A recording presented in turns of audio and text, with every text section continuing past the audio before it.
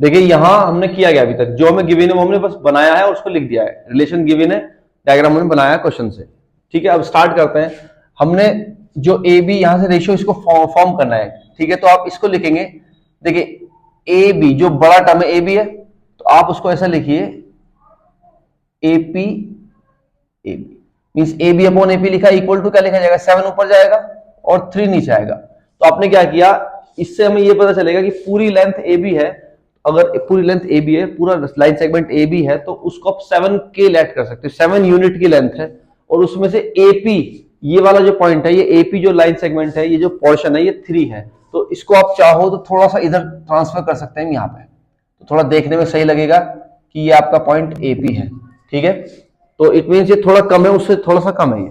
अब करना क्या है, आपको पी बी फाइंड करना है। देखो यहां से वैसे दिख रहा है कि पूरा लेंथ अगर 7 है, एपी अगर 3 है, तो पी बी 4 हो जाएगा, लेकिन यहां से क्लियर कैसे करेंगे आप, एक काम करिएगा, ए बी अपॉन एपी -1 करिए दोनों तरफ से, 7/3 -1, क्योंकि हम इक्वल चीजों से अगर इक्वल माइनस करते हैं तो वो भी इक्वल आता है। ठीक है, अब यहां सॉल्व करिए, A B minus A P upon A P is equals to 7-3/3। ठीक है, A B minus A P, देखिए A B minus A P क्या होगा, पी बी, तो यहां मिलेगा आपको पी बी, नीचे ए पी है, इक्वल टू यहां मिलेगा 4/3।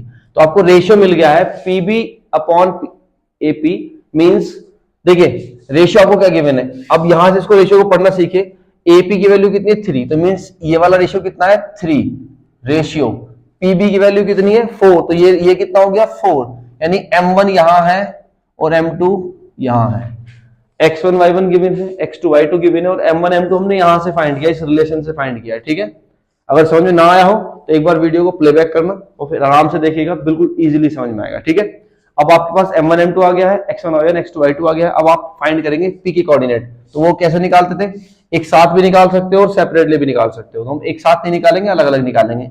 पहले आप कैपिटल X फाइंड करो, वो क्या होता है m1 x की बात करें तो x2 आएगा, प्लस m2 x1 आएगा, अपॉन में आता है m1 plus m2।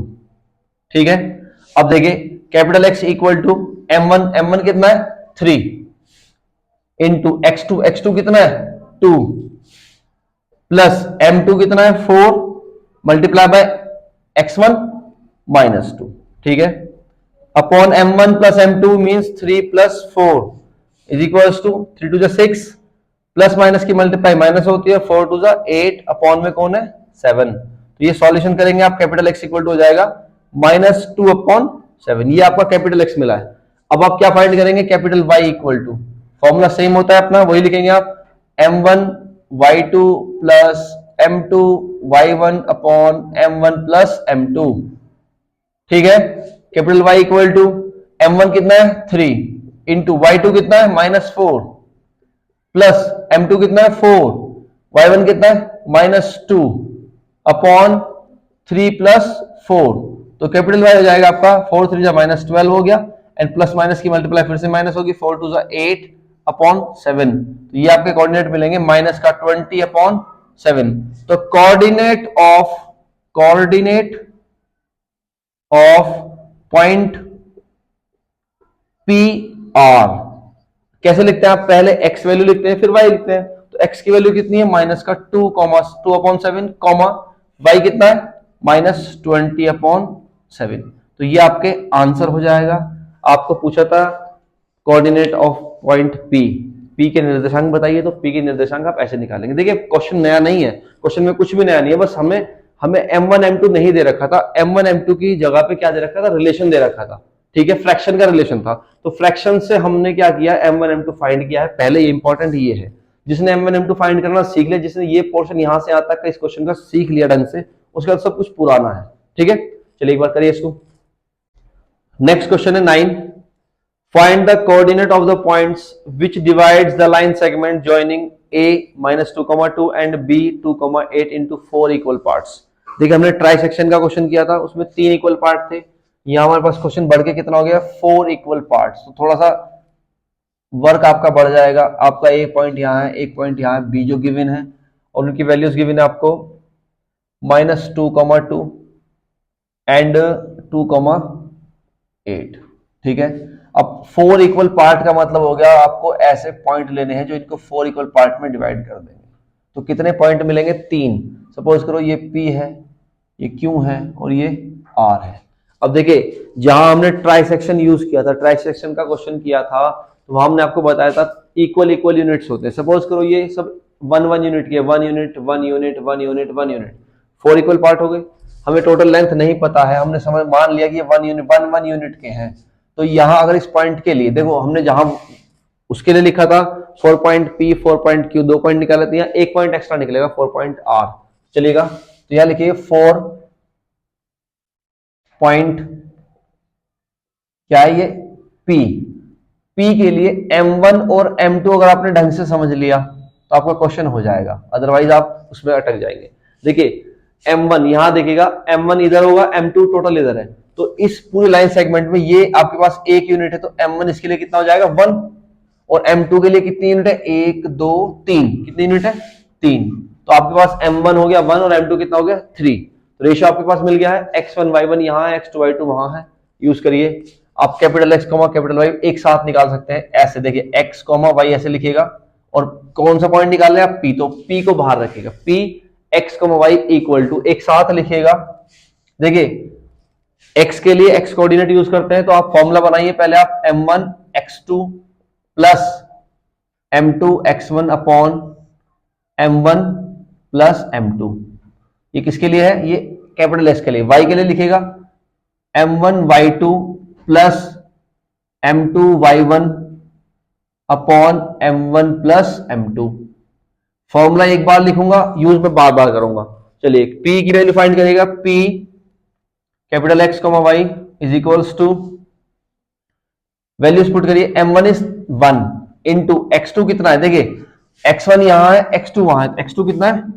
2 plus m2 3 into x1 कितना है? -2 upon m1 plus m2 1 plus 3 comma m1 1 है, फिर से y2 वहां देखिए 8 है, प्लस m2 3 है, इंटू y1 कितना है? 2 अपॉन में वही लिखेंगे m1 प्लस m2।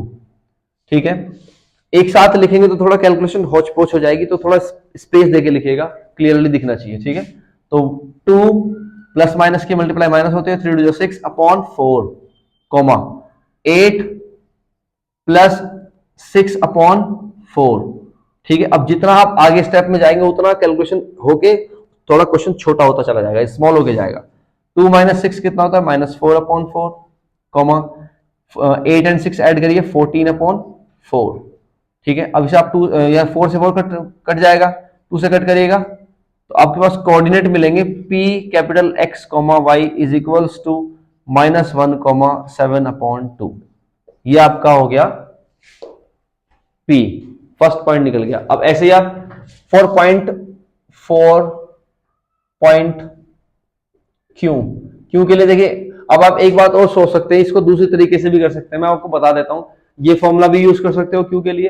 अब इसको आप यूज कर लो, मैं करता हूं इसको मिड पॉइंट से। क्यों करते हैं? क्योंकि देखिए 2 यूनिट इधर है, 2 यूनिट इधर है, तो क्यू मिड पॉइंट भी तो है ये भी का, तो सीधे सीधे आप मिड पॉइंट यूज कर सकते हैं 4 पॉइंट क्यू। m1 m2 की नीड नहीं है, सीधे कर सकते हैं आप by mid point, by mid point theorem. और वो क्या कहती है कि आप क्यू जिस पॉइंट को निकालेंगे उसका नाम लिखेंगे, x y is equals to x1 plus x2 minus का 2 प्लस का 2 upon 2 comma y1 plus y2 2 plus 8 upon 2। ये आपका हो गया पॉइंट क्यू। कितना निकलेगा? -2 प्लस 2 होता है 0, और अपॉन में 2 0 ही होगा, कॉमा 2 और 8 ऐड करिए 10 होता है, 10 अपॉन 2 कितना होगा? 5। तो ये आपका कोऑर्डिनेट मिला है क्यू का पॉइंट का कोऑर्डिनेट क्या होगा? क्यू का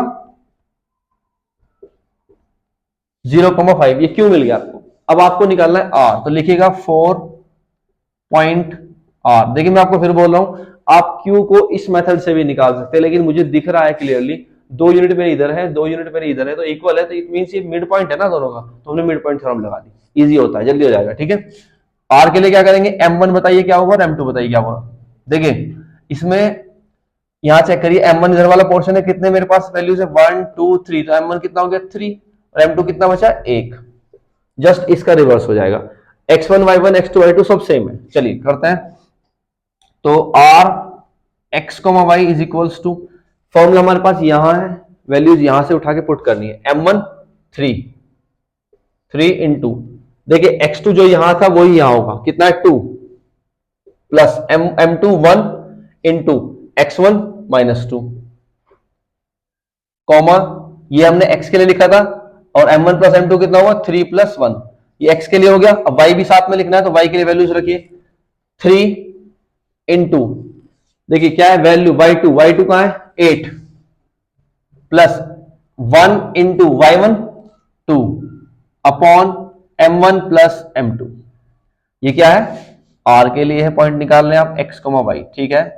सॉल्व करिए, 3 2 6 होता है, प्लस माइनस की मल्टीप्लाई माइनस होती है, इसको ब्रैकेट में ले सकते हैं, 2 1 2 अपॉन 4, कॉमा 8 3 24 प्लस 2 26 अपॉन 4, ठीक है। तो ये आपका होगा r x, y is equals to 4 upon 4, comma 26 upon 4, इसको कट करिएगा, 4 1 4 होता है, और 2 से कट कर दीजिए 13 अपॉन 2, तो मीन्स r आपको मिलेगा capital X, capital Y is equals to 1, 13 upon 2। तो देखिए हमारे पास तीनों पॉइंट आ गए हैं। अब आप लास्ट में स्टेटमेंट लिखिएगा, all 3 points which divides line segment AB in 4 equal parts equal to P, इस पॉइंट के लिए P x, y equal to -1, 7 upon 2, Q 0,5, R -1, 13 upon 2। तो इस तरह से आपको आंसर लिखना है। लास्ट में एक स्टेटमेंट मैं छोड़ रहा हूं, जो मैंने बोला है उसको आप लिख दीजिएगा, ठीक है, ओके।